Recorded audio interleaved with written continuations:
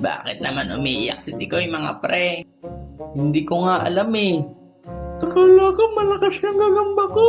Paghanap na lang ulit tayo ng malalakas na gagamba. Sa gabi daw lumalabas yung mga malalakas na gagamba.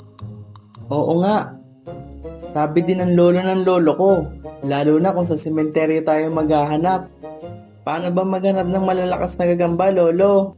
Sabi ng lolo ko, sa gabi daw lumalabas ang malalakas na gagamba.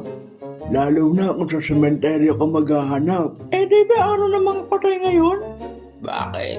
Natatakot ka ba? Baka nga yung aswang pa yung matakot sa kanya eh. Ngayong gabi, kakainin natin ang unang bata na makikita natin. Kainin, kainin. Hello mga aswang!